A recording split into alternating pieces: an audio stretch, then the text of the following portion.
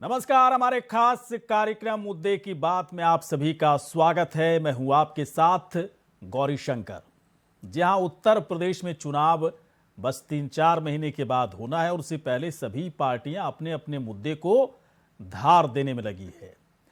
अगर बीजेपी की बात करें तो चुनावी रणनीति तैयार है। केशव प्रसाद मौर्य की तरफ से बाकायदा अयोध्या, काशी के बाद मथुरा की बात की गई और जो उन्होंने ट्वीट किया उसके बाद सियासी सरगर्मियां पूरी तरह से तेज हैं।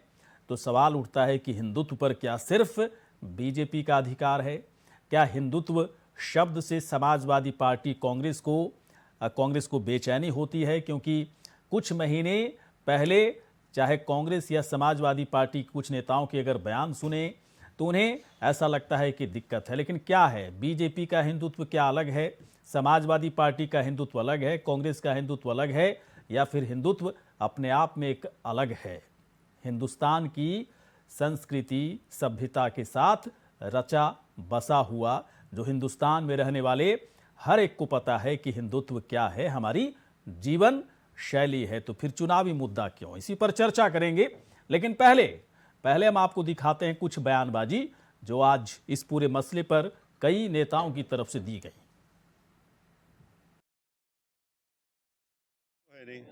अब वो चुनाव आ गया तो फिर से वही सब बातें करने लगे, घिसी पिटी पॉइंट, घिसी पिटी बातों को लेकर के समझते हैं कि हम कुछ ध्रुवीकरण कर लेंगे।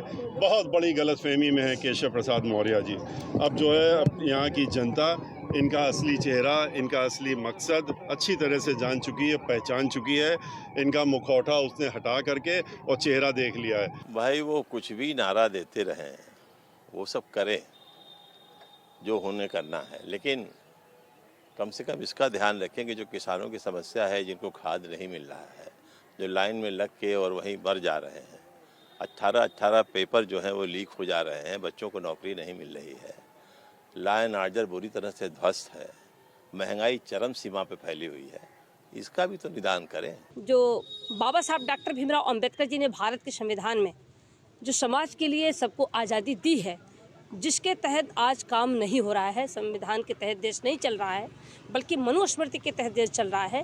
आज दलित समाज के लोग, पिछड़े समाज के लोग, मुस्लिम समाज के लोग या किसी जात धर्म संप्रदाय के लोग, भारत का संविधान धर्मनिरपेक्ष संविधान है, सभी धर्मों की सुरक्षा की गारंटी है, सबको बराबर का सम्मान है, सबको बराबर का अधिकार है। किसी के साथ गलत हो रहा है, किसी के साथ अन्याय हो रहा है, ये संविधान का उल्लंघन किया जा रहा है। हत्या, दुष्कर्म, सत्ता जनित अपराध, सत्ता के संरक्षण में बहन बेटियों के साथ दुष्कर्म, बढ़ता हुआ कुपोषण, बेरोजगारी की जवाबदेही से बचने के लिए भारतीय जनता पार्टी पुनः अपने सांप्रदायिक एजेंडे पर जाकर आम आदमी को गुमराह करने का काम करने की फिर एक बार कोशिश कर रही है और जनता इसको विफल करेगी। निश्चित रूप से समाजवादी पार्टी की जो चुनौती है, जनता के सहयोग से उस चुनौती का सामना भारतीय जनता पार्टी नहीं कर पा रही है।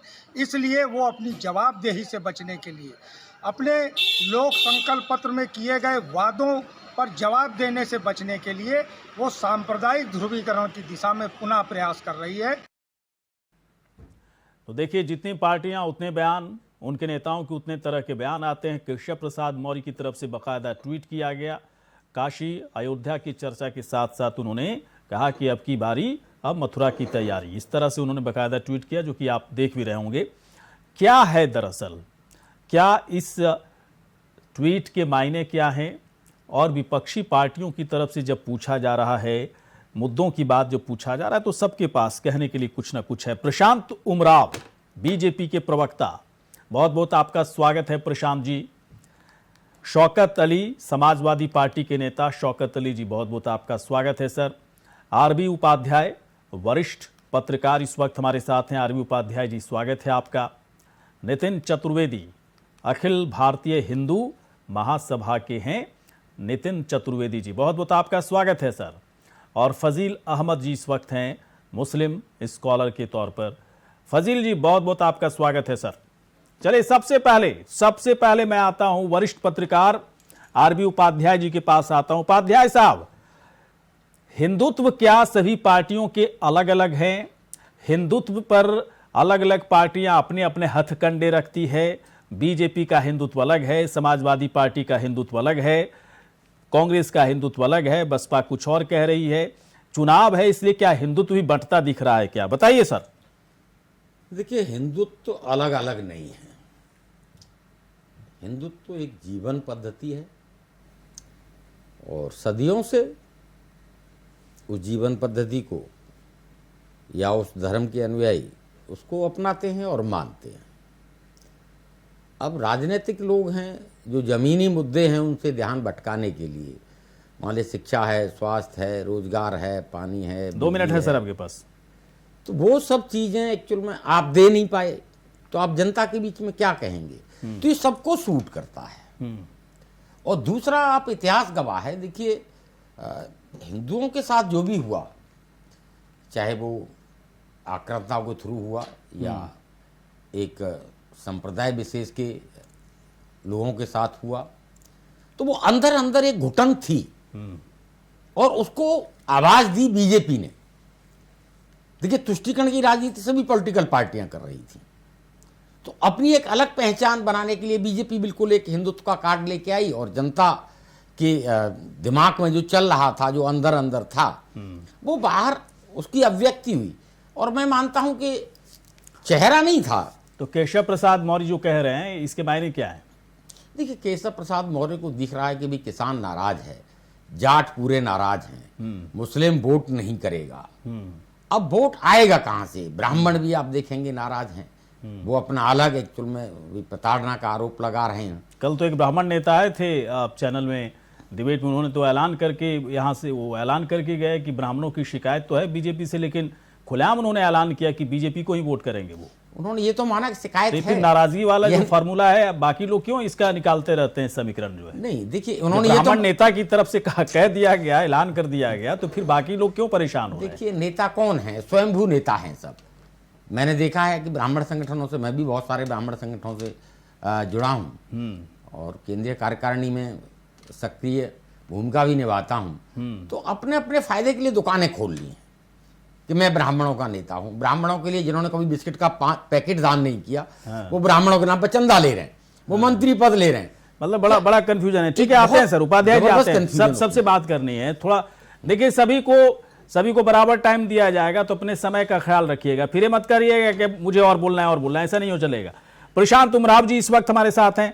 प्रशांत जी, एक बात बताएं सर, ये जो केशव प्रसाद मौर्य की तरफ जो ट्वीट किया गया, क्या इसके मायने हैं? बीजेपी इसको कैसे समझा पाएगी जनता को? जनता पूछेगी कि केशव प्रसाद मौर्य जो कह रहे थे, क्या मतलब था उसका? क्या बताएंगे सर आप? ये चुनाव से ठीक पहले इस तरह के ट्वीट, इस तरह की बयानबाजी के क्या मतलब होते हैं? देखिए गौरीशंकर जी, हिंदुत्व तो हमारा राजनीतिक मुद्दा नहीं है, हमारा ये भावनात्मक विषय है। और हम विकास के साथ साथ हिंदुत्व को साथ लेकर के चल रहे हैं। हमने कभी नहीं कहा कि हमारा हिंदुत्व मुद्दा नहीं रहा। दूसरी बात, हम पार्टी स्थापना के बाद से हम लगातार राम मंदिर हमारा मुद्दा रहा और राम मंदिर हमारी सरकार में बनने जा रहा है, उसमें हमारा बहुत बड़ा रोल है। और राम मंदिर बनवाने के साथ साथ हम अयोध्या का भी कायाकल्प कर रहे हैं। अयोध्या में विकास कार्य हो रहे हैं, इंटरनेशनल एयरपोर्ट बन रहे हैं, बाकी सारी चीजें हो रही है। इसके अलावा काशी का भी हमने कायाकल्प करने का काम किया, जो उसका पुनरुद्धार हुआ है। और 13 दिसंबर को माननीय प्रधानमंत्री जी जो प्रोजेक्ट काशी में चल रहा था, उसका उद्घाटन करने जा रहे हैं। और जो लोग कहते थे कि अयोध्या में राम मंदिर की जगह अस्पताल बना देना चाहिए, ऐसे मानसिक लोगों के लिए हम राजा दशरथ जी के नाम पे वहां पे अस्पताल बनाने का भी काम कर रहे हैं। अब रह गई मथुरा की बात। मथुरा में भी विकास कार्य कई सरकारों में नहीं हुए थे। योगी आदित्यनाथ जी की सरकार ने वहां ब्रज विकास बोर्ड बनवाया और भव्य स्तर पर मथुरा के अभी भी जीर्णोद्धार का काम, वहां पर विकास के कार्य ये तो तय, प्रशांत, ये तो तय बात है ना कि ऐसा हो रहा है, होना चाहिए। सभी लोग इससे सहमत हो सकते हैं, लेकिन ठीक चुनाव से पहले बाकायदा शायराना अंदाज में कि मथुरा की बारी है, इसके क्या मायने हैं? क्या हिंदुत्व के मुद्दे के साथ इसको जोड़ने की कोशिश है? चुनावी रणनीति है कि हिंदुत्व भी चलेगा, राष्ट्रवाद भी चलेगा, विकास का एजेंडा भी चलेगा, योगी का मॉडल भी चलेगा, योगी मोदी का फैक्टर भी चलेगा, साथ ही साथ अयोध्या, काशी और मथुरा भी साथ साथ चलेंगे? यानी कि राम कृष्ण को साथ लेकर के चुनावी रणनीति बनाने की कवायद चल रही है बीजेपी की। यह है, क्लियर कर दीजिए ना सर, क्या दिक्कत है? क्लियर कर दीजिए। बिल्कुल, हिंदुत्व भी चलेगा, विकास भी चलेगा। हम दोनों चीजों को लेकर के साथ में चल रहे हैं। हम उसमें गिल्टी महसूस नहीं कर रहे हैं हिंदुत्व को साथ में लेकर के। हम टोपी पहनने वाले लोग नहीं हैं। चले ये बात, 5 साल टोपी पहने और चुनाव के टाइम पर मंदिर घूमे। ये बात आपकी सही लगी। मंदिर घूमते हैं। हाँ, हम ये 5 साल मंदिर घूमते हैं, विकास के काम भी कर रहे हैं, हम आवास भी दे रहे हैं, राशन भी दे रहे हैं 15 करोड़ लोगों को, 42 लाख लोगों को आवास भी दे रहे हैं, और धर्म की साथ में लेकर के भी चल रहे हैं। इसमें हमें कोई, हम प्राउड फील करते हैं। हम चलिए हम ऐसे लोग नहीं चलिए ये बात जिलानी को एडवोकेट जनरल बनाए। ये बात मुझे सही लगी, क्योंकि आजकल देखिए क्या हो रहा है, जिन्ना जिन्ना खूब हो रहा है। किसी अगर कांग्रेस पार्टी की बात करें, कांग्रेस के वैसे जुड़ेंगे थोड़ी देर के बाद, उनसे पूछ लूंगा मैं कि बाबर और औरंगजेब से प्रेम करने वाली कांग्रेस पार्टी क्या हिंदुत्व के मसले पर अलग ख्याल रखती है? क्या हिंदुत्व को बीजेपी के साथ जोड़कर देख रही है, इसलिए उनको परेशानी है, या हिंदुत्व को अपने तरीके से देखती है? मैं थोड़ी देर के बाद आता हूं। तमाम नेता हमारे साथ बने रहे एक छोटे से ब्रेक के बाद। क्या इसमें किसी तरह की सच्चाई है कि सब कुछ पर भारी हिंदुत्व कार्ड होगा? फिर बेरोजगारी का मुद्दा, महंगाई का मुद्दा, पेट्रोल डीजल के दाम बेतहाशा जो बढ़ते दिखे थे, ठीक है अब कुछ कंट्रोल हो गया है, क्या इन सब मुद्दों पर आप कोई वोट नहीं करेगा? ये तमाम ऐसे सवाल हैं। चलिए इस वक्त अब आगे बढ़ते हैं डिबेट में, और शौकत अली जी इस वक्त हमारे साथ हैं, समाजवादी पार्टी के नेता।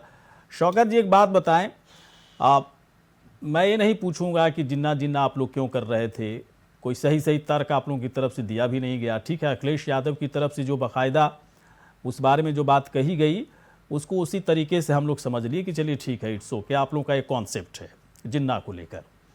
मैं जानना चाहता हूं सर, इसके बावजूद उत्तर प्रदेश में चूंकि चुनाव होना है, तो चुनाव से पहले ये जो काशी की बात हो रही है, अयोध्या की बात हो रही है, मथुरा की बात होने वाली है, समाजवादी पार्टी तो पूरी तरह से चौकन्नी होगी ना, क्योंकि बहुत ही गंभीर मुद्दा है बीजेपी के लिए, और जनता को गंभीर बीजेपी इस पूरे मामले पर कब कर देगी किसी को नहीं पता है।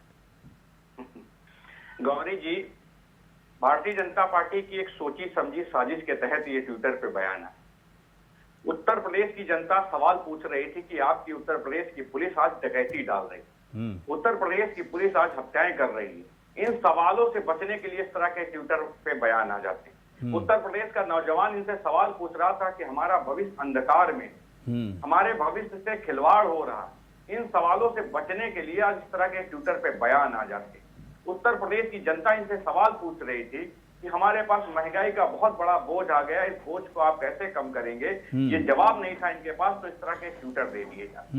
उत्तर प्रदेश की आवाम इनसे पूछ रही थी कि महाराज आज पूरा उत्तर प्रदेश बेरोजगारी से जूझ रहा है, इसके लिए आपने क्या प्लान बनाया है? नौजवानों को रोजगार कब देंगे? इनसे बचने के लिए कोई जवाब नहीं था, तो इस तरह के ट्विटर दे दिए जाते हैं। तो क्या शौकत जी, क्या आपको लगता है कि जो मुद्दे विपक्ष की तरफ से उठाए जा रहे हैं, उन मुद्दों की कोई बिसात होगी चुनाव के वक्त, जब हिंदुत्व के मसले पर, राष्ट्रवाद के मसले पर योगी, है ना, बीजेपी की सरकार की तरफ से बाकायदा कहा जाता है ना, योगी का एक विकास मॉडल है, हमारे पास योगी मोदी हैं, तो कहाँ आप लोग टिक पाएंगे?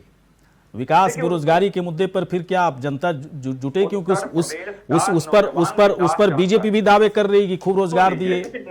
नकली हिंदुत्व पेश करना है गौरी जी, भारतीय जनता पार्टी पेश करते रहे, हमें कोई दिक्कत नहीं, इसलिए इनका नकली हिंदू है। मैंने आपको पहले भी एक बार बताया था कि भारतीय जनता पार्टी अपने आप को हिंदूवादी होने का दावा करती है, और उन्हीं हिंदुओं पे ये घृणा की नजर से देखते भी हैं। इनको हिंदू घृणित भी नजर आता है। मैं आपको एक चीज याद दिला देना चाहता हूँ गौरी शंकर जी, आपको याद होगा माननीय अखिलेश जी जब मुख्यमंत्री थे, उनका कार्यकाल समाप्त हुआ, तो जब माननीय योगी जी मुख्यमंत्री हुए, तो किस तरह आपने मुख्यमंत्री आवास को गंगा जल से धुलवाया था? आप क्या मैसेज उत्तर प्रदेश को देना चाह रहे थे? क्या आदरणीय अखिलेश जी हिंदू नहीं है, वो क्या घृणित हैं, नापाक हैं? क्या मैसेज देना चाह रहे थे देश में? क्या देश को समझाना चाह रहे थे? तो ये हिंदुओं से भी घृणा करते हैं। अगर कोई हिंदू आप कुर्सी पे बैठ के चला गया, तो उस कुर्सी को पहले गंगा जल से धुलवाएंगे, जैसे लगेगा कि वो सामने वाला हिंदू अछूत था। हिंदुओं में भी भेदभाव पैदा करने का काम भारतीय जनता पार्टी ने। चलिए ठीक है, चलिए ठीक है, लेकिन एक सवाल नहीं, सुनिए, सबको वक्त देंगे, सब आएंगे ना फिर।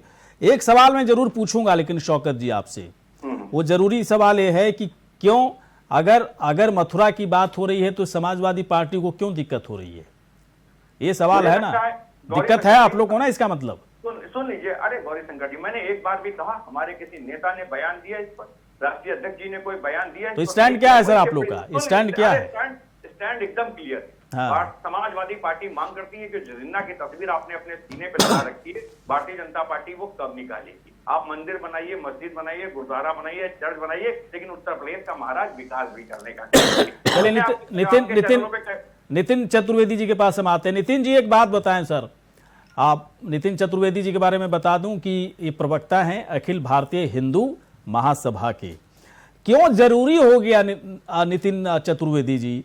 अयोध्या की बात तो हमेशा से होती रही है, अयोध्या पर बाकायदा सुप्रीम कोर्ट की तरफ से जो ऑर्डर आया सरकार ने बेहतरीन काम किया। काशी के बाद अब देखिए मथुरा की बात हो रही है।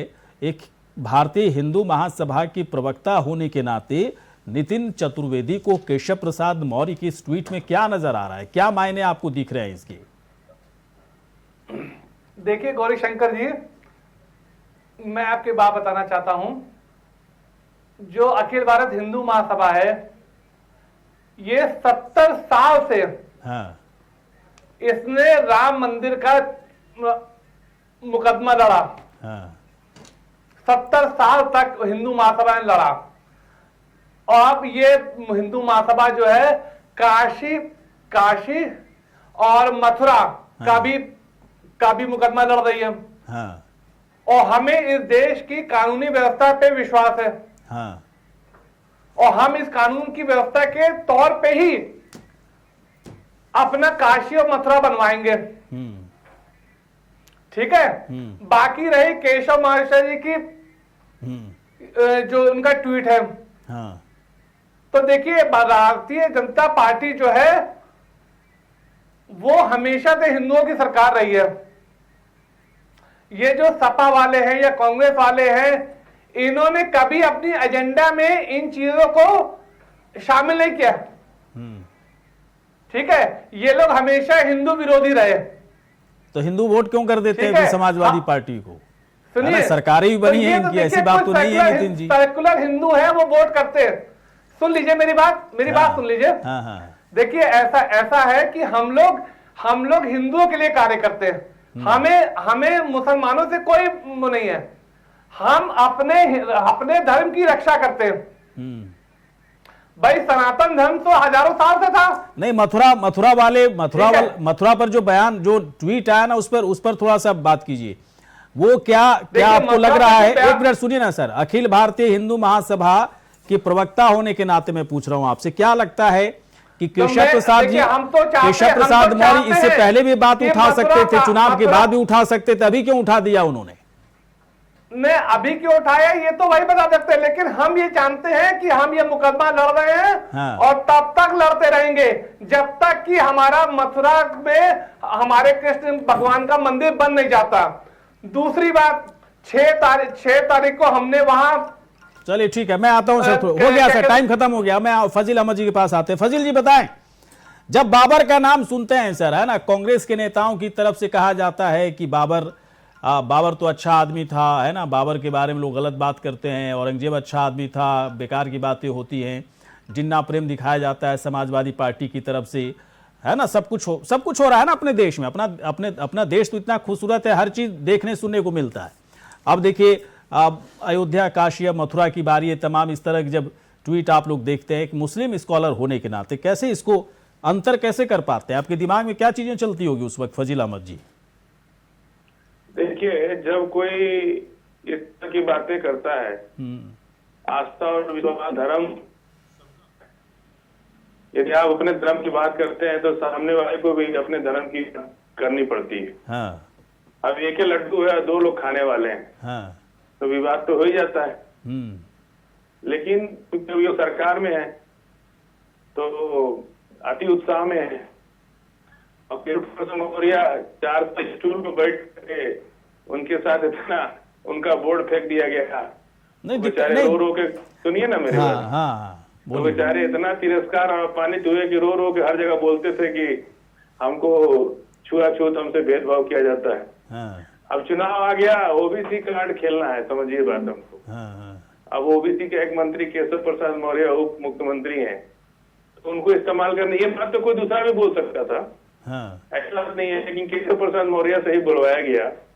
ये सुनियोजित साजिश है, राज और कानून को अपना काम करना है। अब कानून योगी जी की सरकार है, बहुत अच्छी बात है, हम तो बधाई दे रहे हैं योगी जी को कि उन्होंने चतुर्वेदी साहब जैसे लोगों को रोकने के लिए धारा 144 लगा दी वहां पे।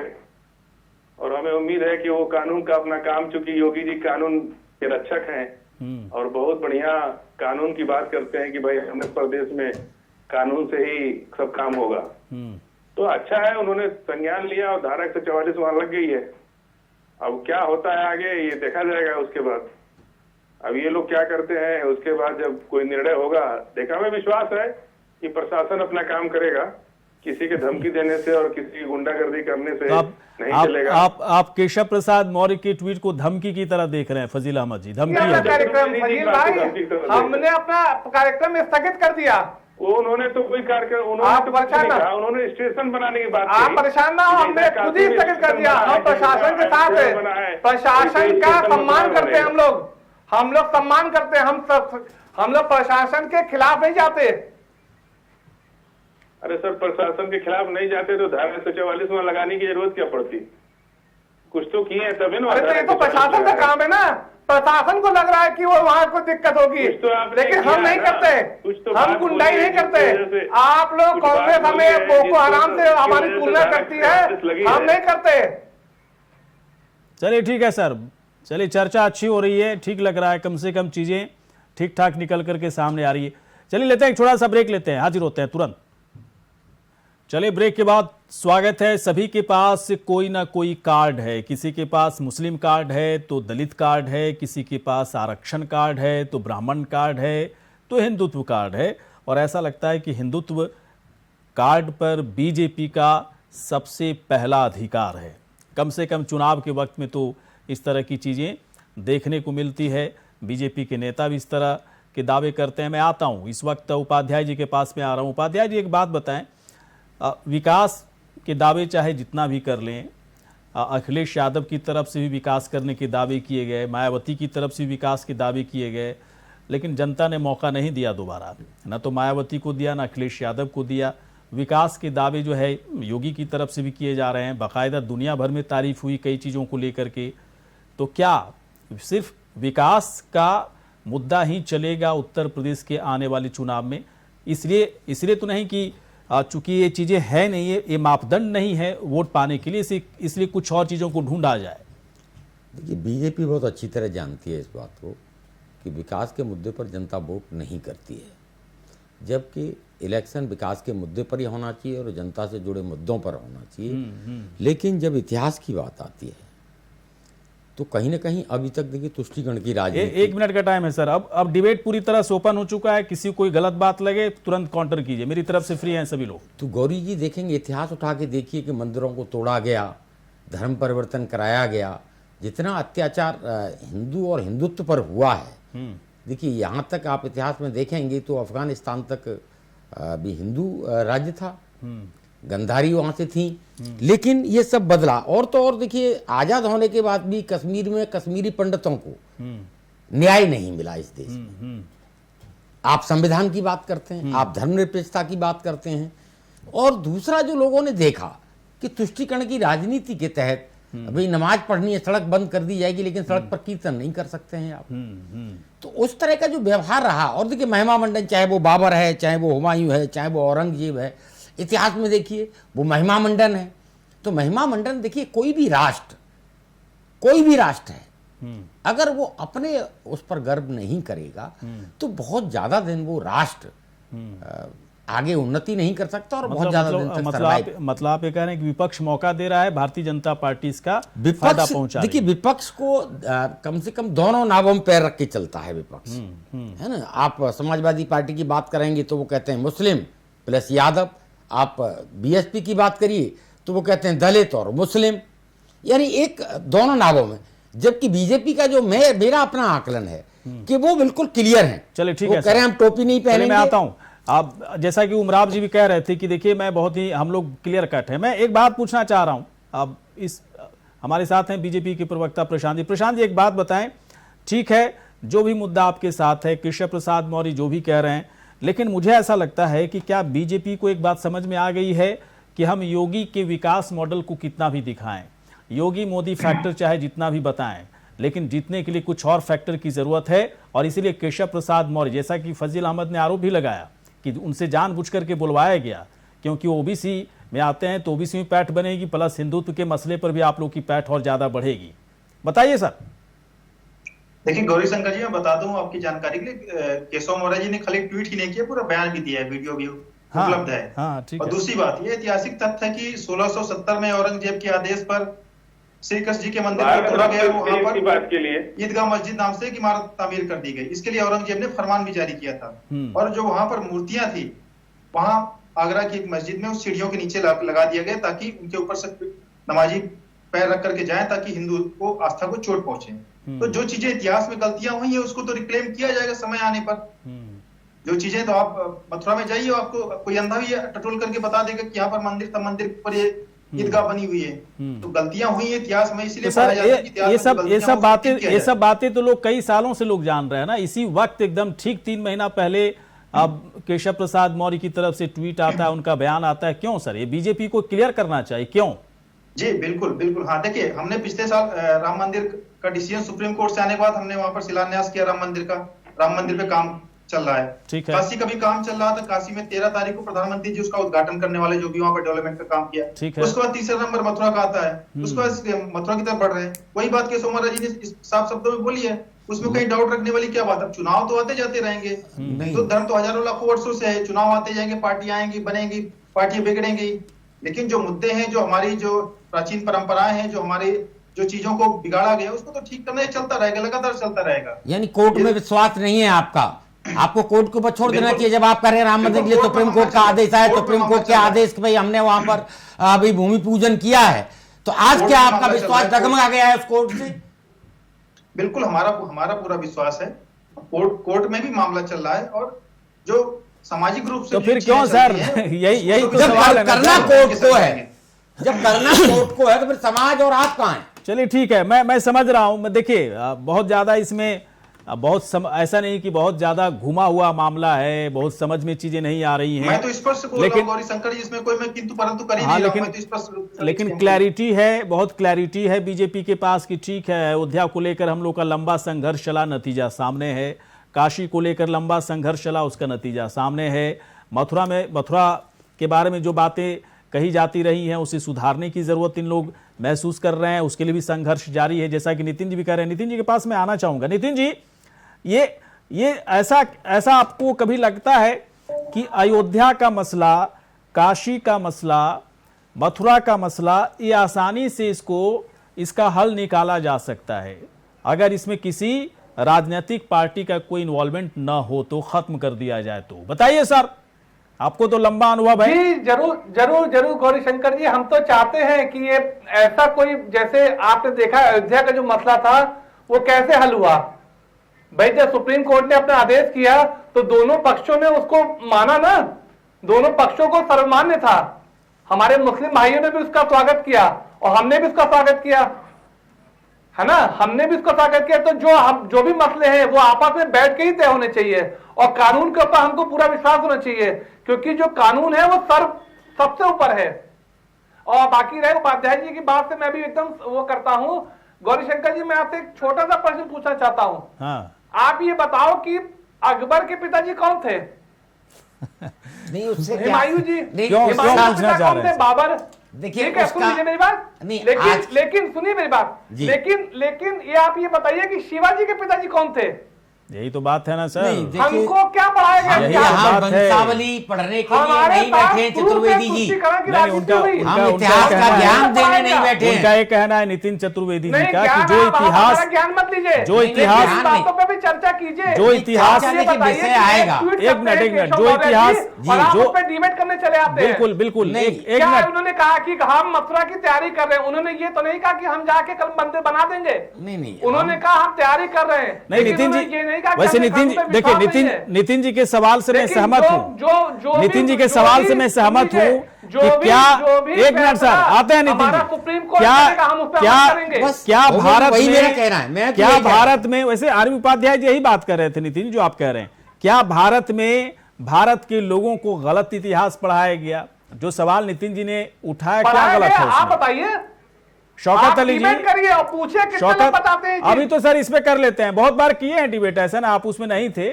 शौकत अली जी के पास हम आते हैं। शौकत जी एक बात बताएं, समाजवादी पार्टी जैसा कह रहे हैं लोग कि बहुत ही पिछली बार जैसा कि आप लोग का था ना कि पिछली बार इमोशनल कार्ड खेला गया, फिर आप लोगों ने ये भी आरोप लगाया बीजेपी के ऊपर कि इन्होंने जो है पूरी तरह से समाज को बांटने का एक तरह से अलग स्थिति वहां पर पैदा कर दी, इसलिए समाजवादी पार्टी हार गई। विकास पर आप लोगों को भरोसा था लेकिन वोट लोगों ने नहीं दिया।